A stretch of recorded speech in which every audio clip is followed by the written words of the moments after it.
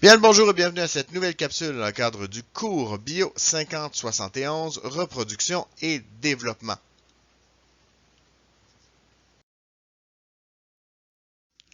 Aujourd'hui, on poursuit dans le dossier 1, la division cellulaire, mais ce sera la partie 2, donc c'est la suite de la capsule que j'ai fait précédemment.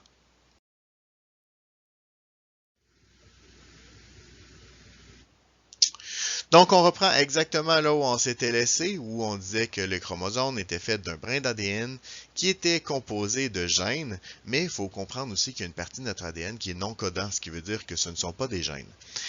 Et tout ça, c'est en fait une chaîne de bases azotées. Donc, de 4 différents types de bases azotées dont l'ordre va déterminer comment on va dicter la production de notre protéine.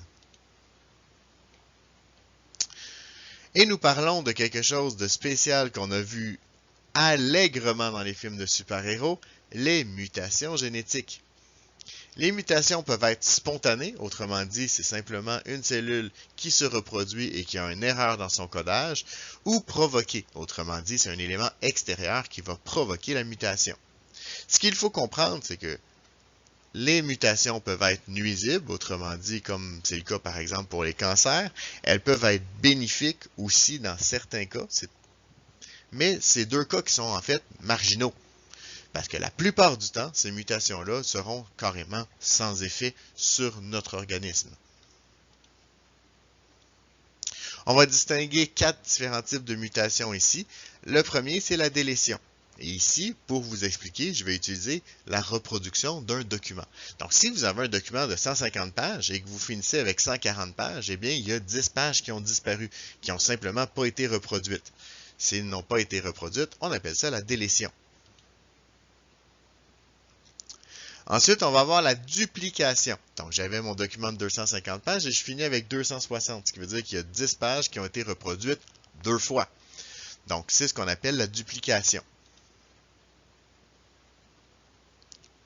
Je prends le même document de 250 pages, mais à un certain moment dans mon livre, les pages se mettent à décroître. Donc, au lieu de passer de la page 240 à 241, je passe de la page 240 à 250, 249, 248, 247.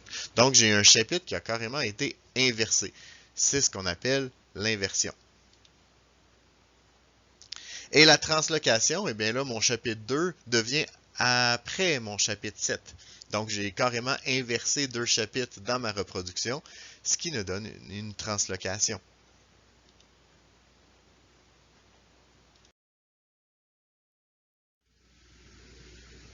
Dans la première vidéo, j'avais distingué 2 types de cellules, soit les cellules diploïdes et les cellules haploïdes.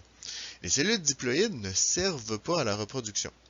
Donc, quand les mutations, ce qu'on appelle les mutations somatiques, vont avoir lieu sur ces cellules-là, eh bien, évidemment, ça va être plus difficile à reproduire. Oui, on peut avoir des maladies héréditaires qui sont issues de ça, mais la plupart du temps, c'est des maladies qui sont non héréditaires parce que je ne peux pas le transmettre aux individus suivants parce que ce ne sont pas mes gamètes. Donc, ce ne sont pas les cellules qui servent à la reproduction. La plupart du temps, ce seront aussi des mutations qu'on va dire silencieuses. Autrement dit, c'est des mutations qui vont être sans effet sur nous. C'est pas toujours le cas, par exemple, puisque la mutation somatique qu'on connaît le plus parce qu'elle occasionne énormément de problèmes, c'est évidemment la mutation qui crée les cancers.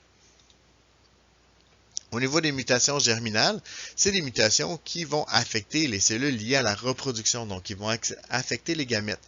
Évidemment, à ce moment-là, c'est automatiquement transmis aux descendants parce que ces cellules-là sont les cellules qui forment les descendants et ça peut avoir un impact très lourd sur le descendant en question. En fait, j'ai dit plus tôt que la plupart des mutations étaient sans effet. Eh bien, c'est grâce à un processus où le corps va détecter une cellule qui ne fonctionne pas avec les autres. Autrement dit, une cellule dont le bagage génétique a été mal reproduit. À ce moment-là, va s'enclencher un processus qui s'appelle l'apoptose. C'est un processus d'autodestruction carrément d'une cellule dont l'ADN est affecté. Malheureusement, l'apoptose ne fonctionne pas toujours et lorsque ça ne fonctionne pas, la cellule qui a été mal reproduite peut se multiplier et se remultiplier et se remultiplier jusqu'à temps qu'il forme un amas de cellules qui ne sert à rien en fait, parce que c'est des cellules qui sont erronées. Et cet amas de cellules-là peut éventuellement être un problème, c'est ce qu'on appelle une tumeur. Et une tumeur n'est pas nécessairement cancéreuse, mais elle peut le devenir, donc ça peut représenter un danger pour la santé. Et le problème, c'est que ces cellules-là peuvent aussi se déplacer et se répandre un peu partout dans le corps. Et c'est ce qu'on appelle un cancer.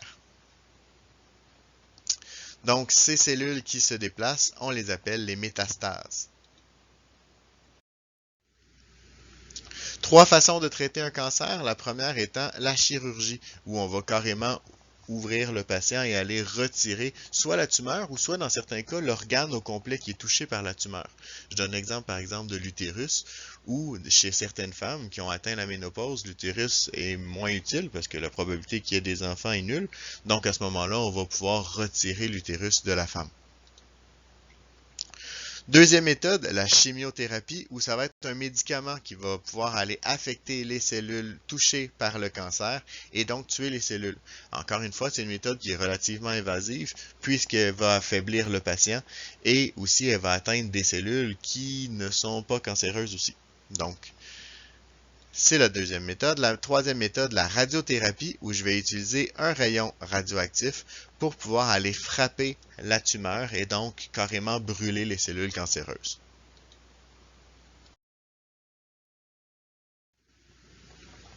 Nous avons évalué quels étaient les impacts des mutations génétiques, autrement dit des mutations reliées aux gènes, mais il peut aussi avoir des anomalies lors d'une reproduction au niveau des chromosomes. Nous avons vu qu'un humain normal possédait 23 paires de chromosomes. Les 22 premières paires ne sont pas liées au sexe de l'individu, mais que la 23e paire était la paire qui déterminait le sexe de l'individu. XX étant le chromosome d'une femme et XY étant le chromosome d'un homme. Ce qui veut dire que présentement, nous avons un homme qui est illustré sur l'écran. Lorsque l'anomalie est reliée aux 22 premières paires de chromosomes, autrement dit aux autosomes, on va dire que l'anomalie est autosomique, alors que lorsque c'est relié au gonosome, autrement dit à la 23e paire de chromosomes, eh bien, on aura une anomalie gonosomique.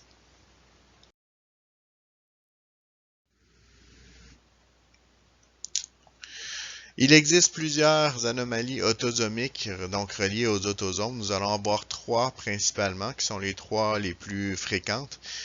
Donc ici, on parle d'abord de la plus connue, qui est le syndrome de Down, aussi appelé trisomie 21. Vous remarquez que la 21e paire, trisomie, donc 3, la 21e paire aura 3 chromosomes à ce moment-là. C'est lié à un retard mental, une petite taille, une musculature hypotonique, ainsi qu'une langue plus épaisse.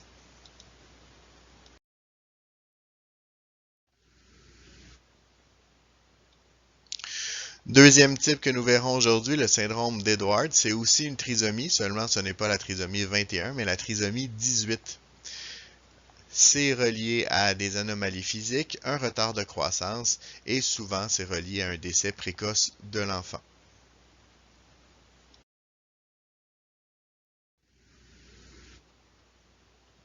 Troisième type de syndrome que nous verrons au niveau des anomalies autosomiques est le syndrome de Pato, qui est la trisomie 13 en fait. C'est relié à un retard de croissance, une malformation du cerveau, du cœur, des yeux, de l'appareil digestif et du squelette. Donc, le fœtus meurt souvent avant la naissance en fait. Donc, les impacts sont beaucoup plus importants.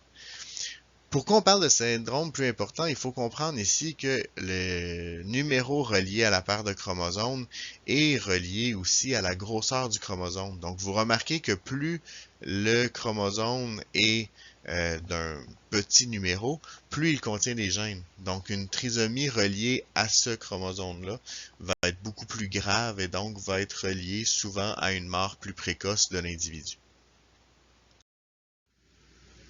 Passons maintenant au type d'anomalie gonosomique, donc reliée au gonosome, ce qui est la 23e paire de chromosomes.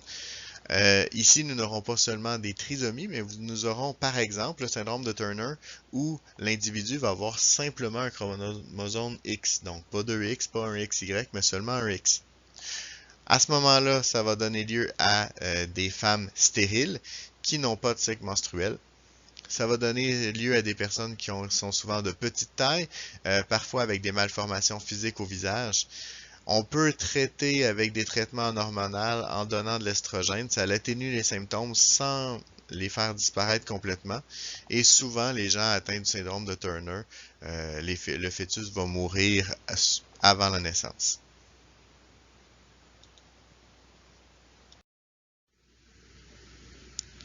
Deuxième anomalie, cette fois-ci, on parle d'une trisomie, donc un individu qui aura 2 chromosomes X et un chromosome Y. C'est ce qu'on appelle le syndrome de Klinefelter. Ça donne lieu à des hommes, mais qui sont des hommes infertiles par contre, et dont la production d'estrogène, reliée à la double paire de chromosomes X, ça réduit la taille des testicules et stimule la production de sein. Le traitement hormonal va atténuer les symptômes, donc on va donner de la testostérone à l'individu pour lui permettre de développer plus d'attributs masculins.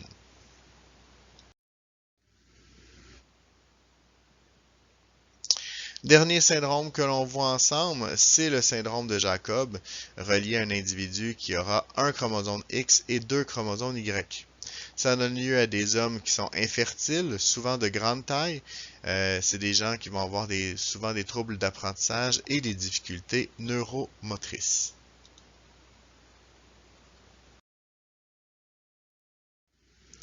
C'est donc ce qui met fin à cette capsule, cette dernière capsule du chapitre 1.